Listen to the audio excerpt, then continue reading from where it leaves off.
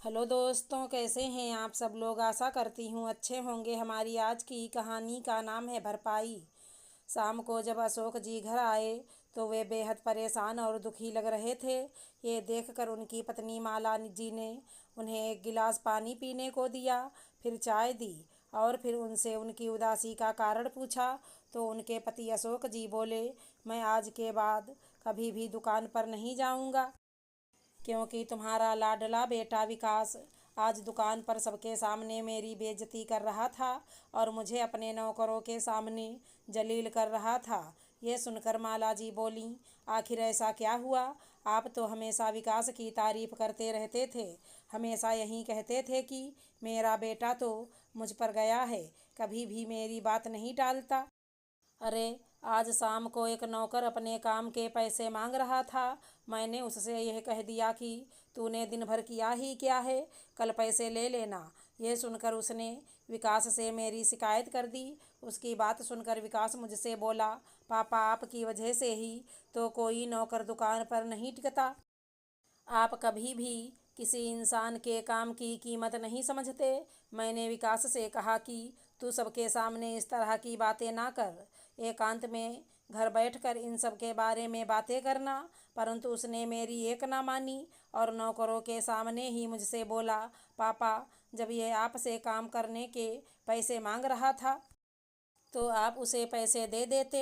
इस तरह बात का बतंगड़ बनाने की क्या ज़रूरत थी। उसकी बात सुनकर दुकान पर काम करने वाले नौकर मुझे देखकर हंस रहे थे। ये देखकर मुझे बहुत बुरा लगा और मैं उससे बोला कि मैं आज के बाद दुकान पर नहीं आऊँगा। ये सुनकर उसने मुझसे कहा, पापा आप दिन भर करते ही क्या हो? अगर कोई काम करता भी है तो आप उसकी बेइज्जती कर देते हो। ये सुनकर मैं अपमान का घूंट पीकर यहाँ घर चला आया। आज के बाद मैं कभी भी दुकान पर नहीं जाऊँगा और ना ही कुछ काम देखूँगा।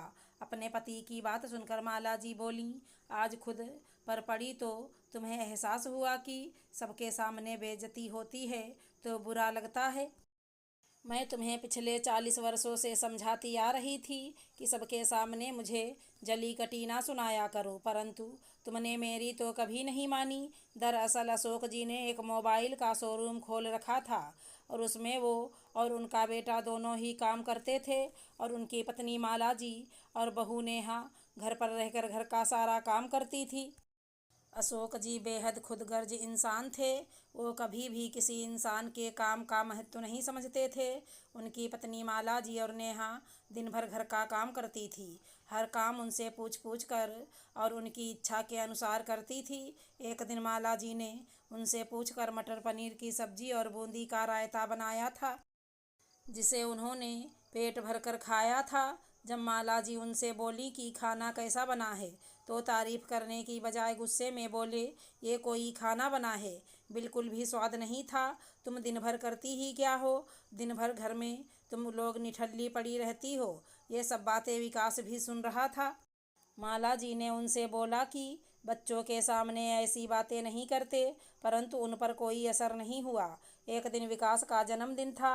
माला जी ने और उनकी बहू नेहा ने बड़ी मेहनत से विकास के जन्मदिन की तैयारी की थी। सभी मेहमानों के लिए केक और खाना भी उन्होंने खुद ही बनाया था।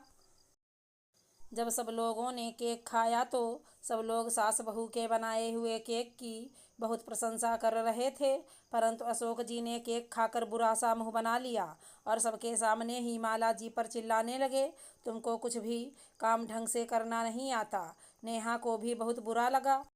माला जी ने उनसे बहुत कहा कि मेहमानों के सामने ऐसा नहीं कहते, परंतु उन पर कुछ भी असर नहीं पड़ा। माला जी और नेहा ने फिर भी सभी मेहमानों को खाना खिलाकर विदा किया। माला जी अपने पति अशोक जी से बोलीं, तुम्हारा असर एक दिन तुम्हारे बच्चे पर जरूर पड़ेगा। जब एक दिन वो सबके सामने तुम्हारी बेइज्जती करेगा, तब तुम्हें पता चलेगा कि कितना दुख होता है जब सबके सामने अपना अपमान सहना पड़ता है। माला जी की बात सुनकर उनके पति अशोक जी बोले, मेरा बेटा ऐसा नहीं है, मेरा बेटा बहुत समझदार और बुद्धिमान है, उस पर इन सब बातों का कभी भी असर नहीं पड़ेगा। परंतु कहते हैं ना कि देर सवेर ही सही, पुत्र पर अपने पिता का असर जरूर पड़ता है। अपने पति अशोक जी को दुखी देखकर माला जी बोली, आज जब नौकरों के सामने विकास ने आपको बुरा भला कहा तो आपने दुकान पर जाने से मना कर दिया, परंतु मैं तो इतने सालों से आपकी जली कटी सुन रही हूँ और फिर भी अपना हर कर्तव्य पूरी निष्ठा से निभा रही हूँ। अगर आप पहले से ही मेरी बात समझ जाते तो आपको आज यह दिन ना देखना पड़ता। ठीक कह रही हो माला जी, अपने कर्मों का फल देर सवेर इंसान को खुद ही भुगतना पड़ता है। आज जब विकास ने सबके सामने मुझे बुरा भला कहा तो मुझे महसूस हुआ कि मैंने तुम्हारे साथ कितना गलत किया था। प्लीज़ मुझे माफ़ कर दो तुम दोनों लोग। मैं आज के बाद कभी भी किसी के सामने तुम्हारा अपमान नहीं करूँगा। तुमने जो पीड़ा उस वक्त सही होगी, मैं उसकी भरपाई तो नहीं कर सकता, परंतु आज के बाद मैं तुम्हारा पूरा सम्मान करूँगा। अपने पति की बात सुनकर माला जी बोलीं, तुम्हें अपनी गलती का एहसास हो गया है, यही मेरे लिए काफ़ी है। और विकास ने अपने पापा से माफ़ी मांगी तो अशोक जी बोले, बेटा आपने अपनी गलती मान ली, वही मेरे लिए बहुत है। अब नेहा भी बहुत खुश थी। वो किचन में गई और फिर सबके लिए चाय बनाकर लाई। अगर हमारी कहानी पसंद आई हो तो चैनल को लाइक शेयर सब्सक्राइब करें। राधे राधे दोस्तों।